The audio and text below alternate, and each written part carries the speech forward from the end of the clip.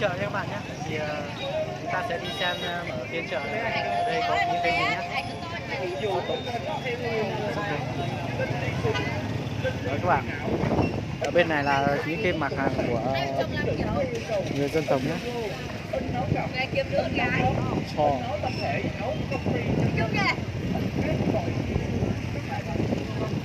Cho họ. Đó, đây là hàng áo của các chị dân tộc nữa.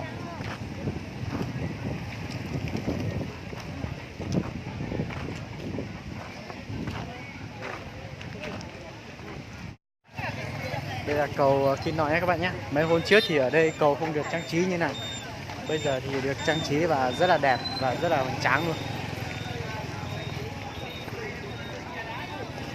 Đó, bây giờ chúng ta sẽ bắt đầu đi vào chợ phiên xem có những cái mặt hàng gì nhá. Đó, ở huyện Mù Cang Chải thì rất là nhiều rau xanh của tất cả các hộ dân ở các xã về đây tập trung để mở phiên chợ này. Và các chị này là toàn đi vào buổi sáng sớm thôi nhá. Buổi sáng sớm đi từ rất là sớm rồi. Đó, đi muộn thì người ta sẽ kiểu như người ta lấy chỗ hết, không được bán nữa đâu ạ. Đó, còn đây là gian hàng phiên chợ của tất cả các xã.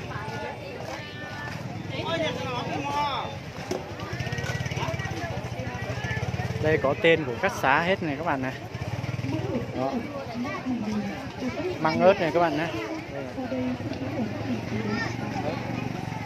Đây là xã Lê Sức Phình.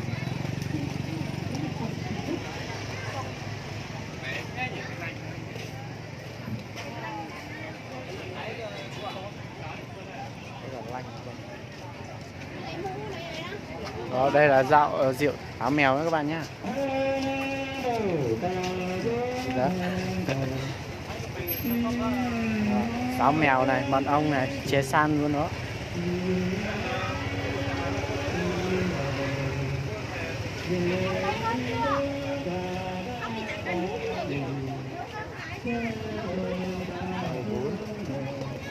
Là thuốc nha các bạn nha.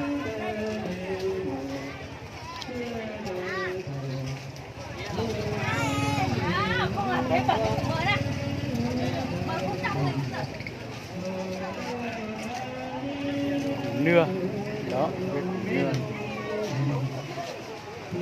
Rất là nhiều mặt hàng luôn. Và đây là cái gian hàng của cái xã mà có rất là nhiều ruộng bậc thang đó các bạn.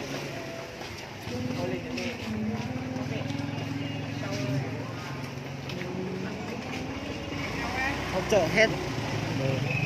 Chúng ta vừa đi qua trên chợ phiên, còn ở phía bên trong này là hội chợ nhá. Thì chúng ta sẽ đi vào xem hội chợ sẽ có cái đồ của người dân tộc không.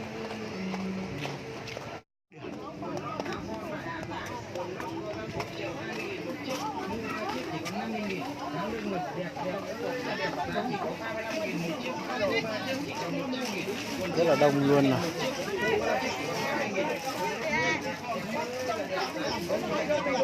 Áo bao đồng chất liệu da cá, chất liệu bông siêu rẻ. Bao lớp ngoài thị trường đang bán 400.000 đến 450.000. Về với gian hàng của chúng tôi, nay giảm chỉ còn 180.000 đến 200.000 đồng.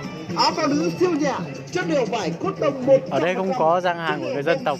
Đây là hội chợ nhé.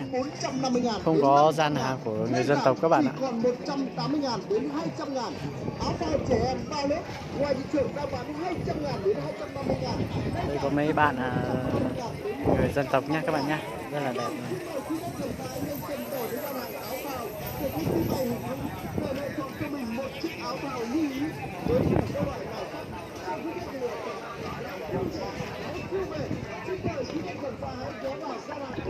Cái quần lót. Thấy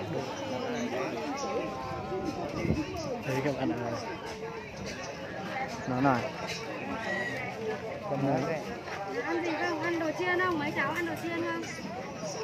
10.000 một cái nào. Yeah, có hai cháu bé rất là dễ thương các bạn.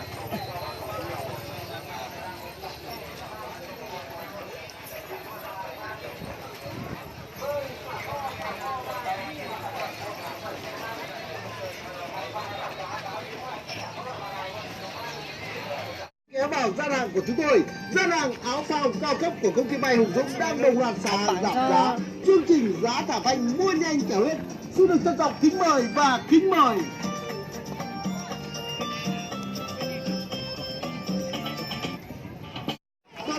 Ngoài thị trường đang bán 400.000. Đây mình thấy mấy cái bạn mặc quần áo rất là đẹp nha các bạn nhé.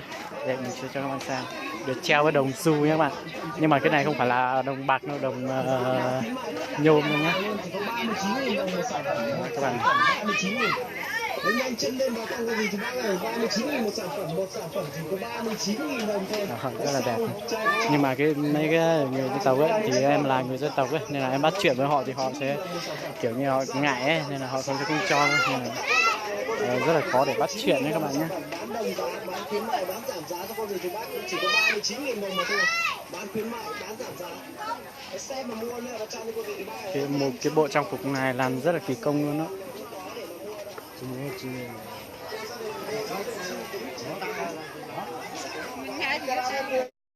Đấy các bạn nhá, và em vừa đi xem phiên chợ về thì bây giờ lên trên này xem có cái gì hay không nhá. Trước kia chúng ta thấy một cái tấm phản, bây giờ là những cái quạt rất là đẹp. Đây các bạn, đây là phiên chợ của Kính thưa quý vị, và ngay sau đây tôi xin được công bố kết quả giải nhất và giải nhì của hội thi. Đây bây giờ đang trao giải các bạn. Xin được chúc mừng xã Tuấn Lương là giải nhất. Xin được chúc mừng xã Nậm Khắt. Xin quý vị dành một tràng pháo tay thật lớn để chúc mừng cho hai đội ạ. Và ngay sau đây xin mời đồng chí Sùng Á Chu, trưởng phòng kinh tế hạ tầng sẽ lên trao giải nhất nhì cho hai đội. Xin mời.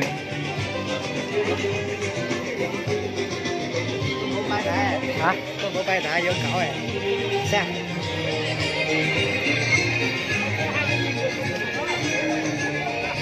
Đây có một cái giỏ trắng.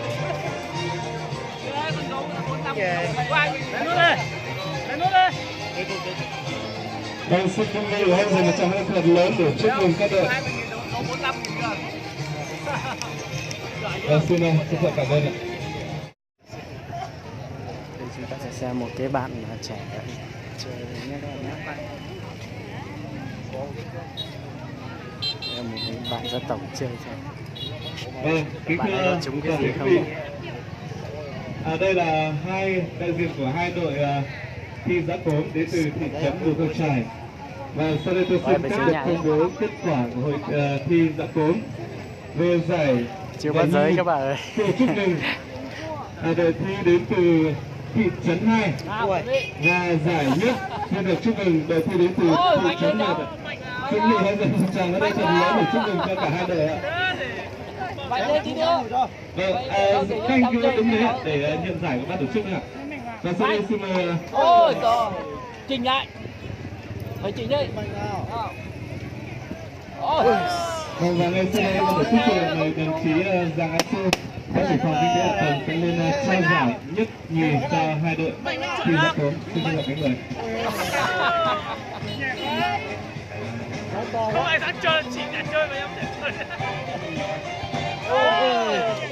Thôi tí gặp lại.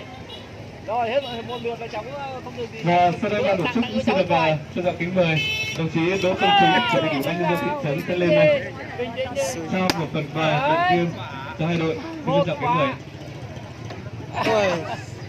Em kìa. Của cháu đây, nào lấy quầy lấy bóc khóa. Bóc khóa. Bố mình nhìn mua cái bốc khóa rồi. Hai người hai trước. Rồi, đặt cho các cháu. Vâng, xin mời quý vị hãy dành một tràng pháo tay thật lớn để chúc mừng cho hai đội. Vâng, xin cảm ơn.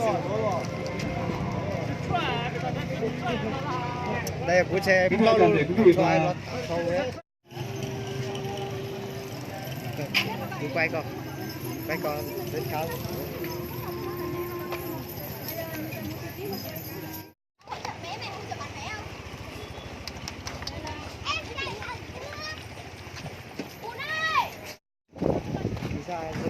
Bây giờ em bắt đầu đi về rồi nhá. Đấy, các bạn rất là xinh gái.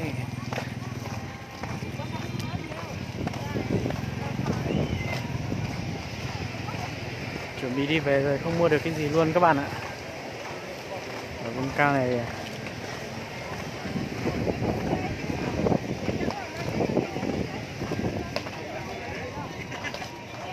trên này rất là đẹp luôn đó. Cái phiên chợ này sắp kết thúc rồi nha, còn vài hôm nữa thôi. Rất là đẹp này.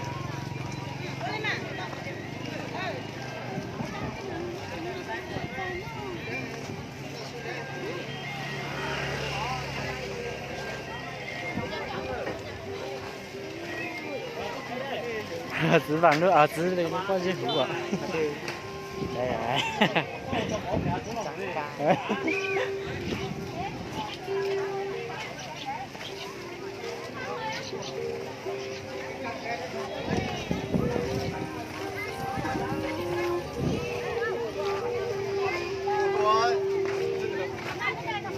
Mùng chế đây.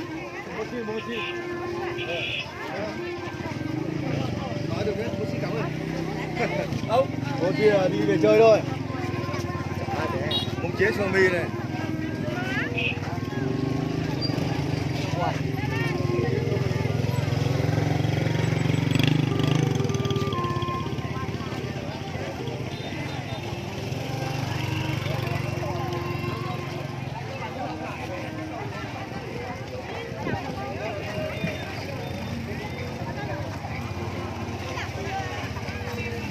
Đấy các bạn ơi, cầu Kinh nói rất là đẹp luôn đó.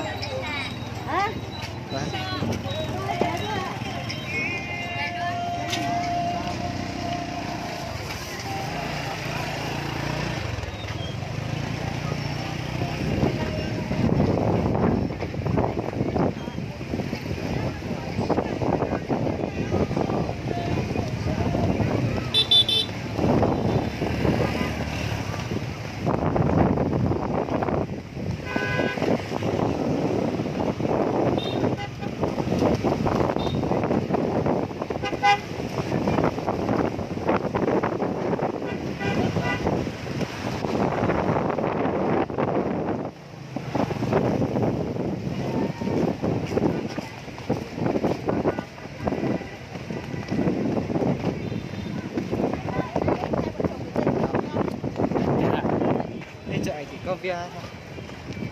Đấy các bạn nhá, bây giờ mình sẽ di chuyển đến cái khu vực mà triển lãm ảnh nghệ thuật đấy các bạn. Khu vực ở bên này triển lãm ảnh.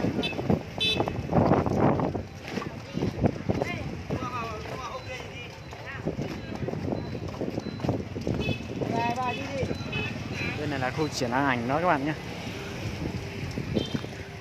Có nhiều bức ảnh rất là đẹp luôn.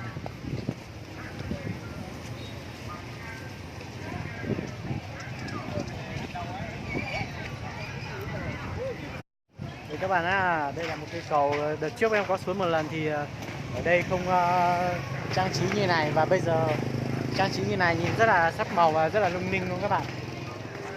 Hôm nay thì người ta cũng đến chơi rất là đông vui, tuy nhiên thì họ lên hết đổi mâm xôi rồi các bạn nhé. Thị trấn này phiên chợ với lại hội chợ là rất là ít luôn. Đó, nhiều cái vòng rất là đẹp, nhìn rất là đẹp và rất là thích, rất là lung linh luôn các bạn ạ.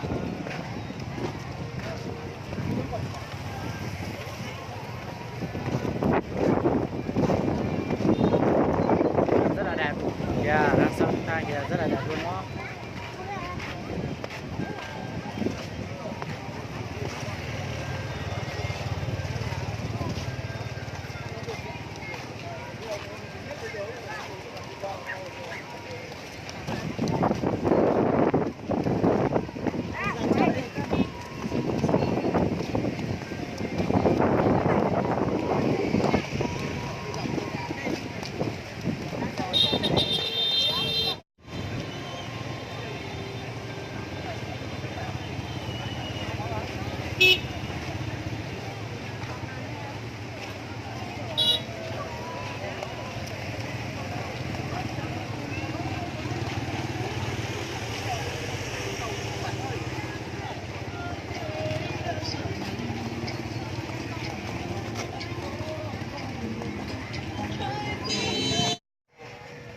Ok tất cả các bạn nhé, hôm nay em mới giới thiệu qua cho các bạn cùng xem một cái phiên chợ lần năm nay là năm đầu tiên được tổ chức ở huyện Mù Cang Chải đó.